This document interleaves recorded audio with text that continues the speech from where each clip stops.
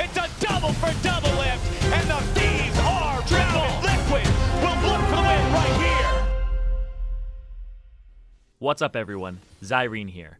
This week on The Breakdown, we'll be taking a look at the final game of the NALCS Spring Final matchup between Team Liquid and 100 Thieves.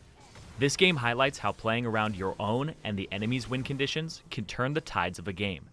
100 Thieves have a team set up to split push using a 1-3-1 formation. Someday's Gnar will threaten turrets, while Ryu's Rise will use his teleport and semi-global advantage to outmaneuver anyone who answers him in a side lane. Team Liquid have a team set up to engage and pick off members of 100 Thieves in rotation or hard engage onto them while a split push is occurring. Because they also have a lot of pick potential with this composition, it is important for TL to control vision to increase the pressure on 100 Thieves split pushers. The game starts off well for 100 Thieves as they set up Someday to take over with a double kill, just 4.5 minutes in. This play also results in Impact having no flash or teleport, giving Someday an even larger advantage. 100T have the perfect setup to win the game, but they don't. It's because of small mistakes and Team Liquid using vision to find openings and prevent 100T's win condition from ever taking off. Let's get into it. After returning to lane, Impact is about to be dove again. Ryu has an item advantage mid via his teleport, and Pobelter has to back. So Ryu uses Minion Dematerializer to instantly clear a cannon minion and spread his Spell Flux to enable his roam. Ryu then runs up to the top lane to dive the flashless Impact. As the dive occurs, Ryu uses Spell Flux on a minion when approaching, and then doesn't use it before casting Rune Prison on Impact, so he's only rooted for 0.75 seconds instead of 2. This allows Impact to cast Twisted Advance before Someday's Gnar and successfully dodges the stun and damage that would come out. Someday takes 5 turret shots and has to drop turret aggro. As he backs up, Meteos arrives to finish off the dive, but Someday overplays and he draws aggro once more by using his Boulder Toss. He doesn't realize that the turret is on him fast enough and dies despite trying to leap away. This may seem small, but it actually has a large effect on the game, because after reviving, Someday wants to keep the pressure on Impact and he uses his teleport advantage to go back to top lane, and this leaves his bottom lane wide open. As TL finish off the Drake, a lane ward that was placed earlier by TL spots Aphromoo backing, and that's when Olay pounces. TL rush towards Cody Sun and get both of his summoner spells. This further creates an opening on the bottom side of the map for Team Liquid, as there is now no longer a way for the Fed Someday to join any fight on the bot side, and the likelihood of the dive succeeding there is much higher now without Cody Sun's flash up. Impact gets killed again on the top side, but Xmithie is there to get another counter kill, giving much needed golden experience over to Impact.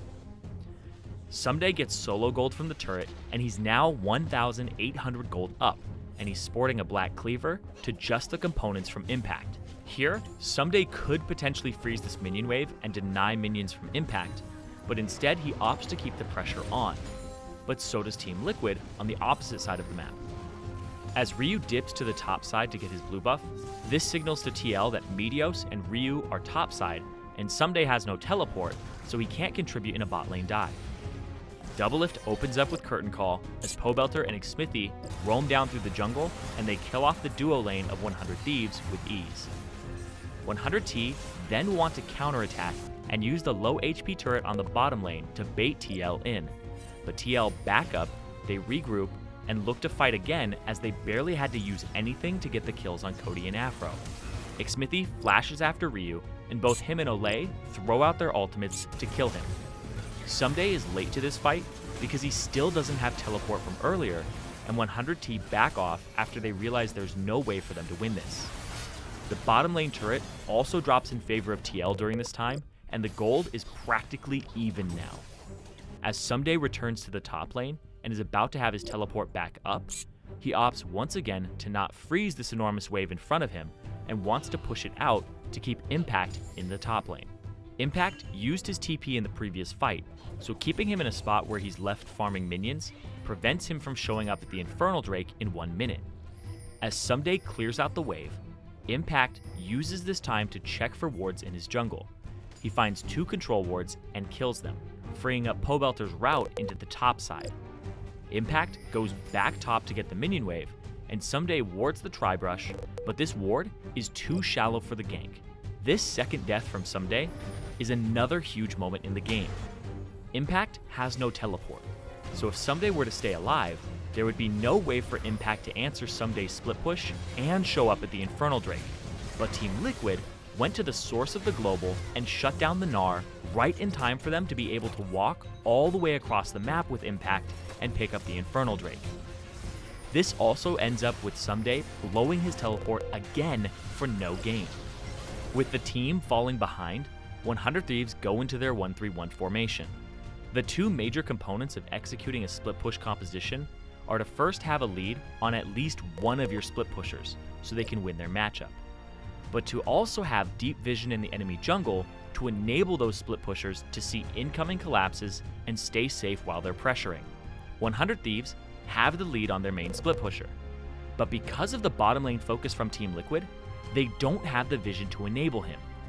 Aphromoo completes his support quest 4 minutes later than Olay, and he hasn't back to restock up on wards.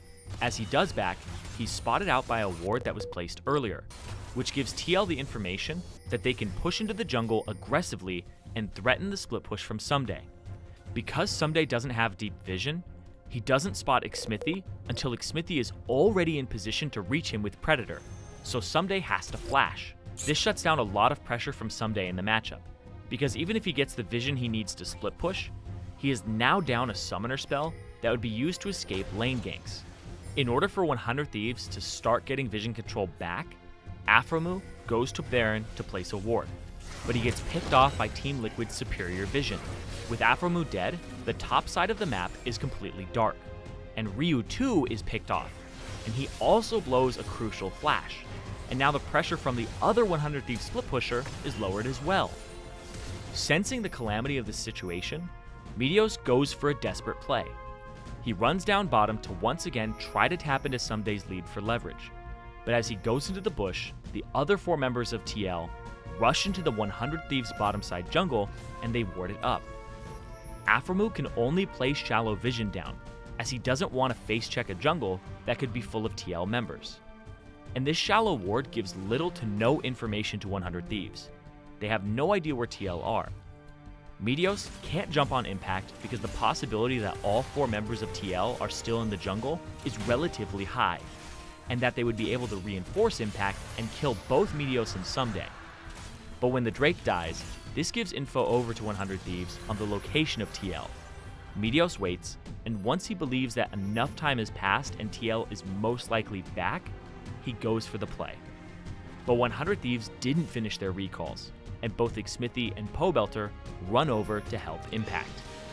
And now with Meteos dead, TL reset, run to the Baron, and take the objective before Meteos can even be there. Looking back, Team Liquid played the map perfectly. Ssumday was crushing top lane, and when he overplayed, died, and as a result used his TP, TL were able to focus the bottom lane without worry. The wards from Team Liquid gave them the information on when Aphromoo backed, and the ganks down bottom delayed his support quest long enough to enable a vision advantage for TL in the mid game. This advantage meant TL got to control the map, make picks, and play to their win condition, all while 100 Thieves couldn't ward up and protect their own win condition. Team Liquid would go on to win the series 3-0, take the title of NALCS champion, and represent NA at the Midseason Invitational.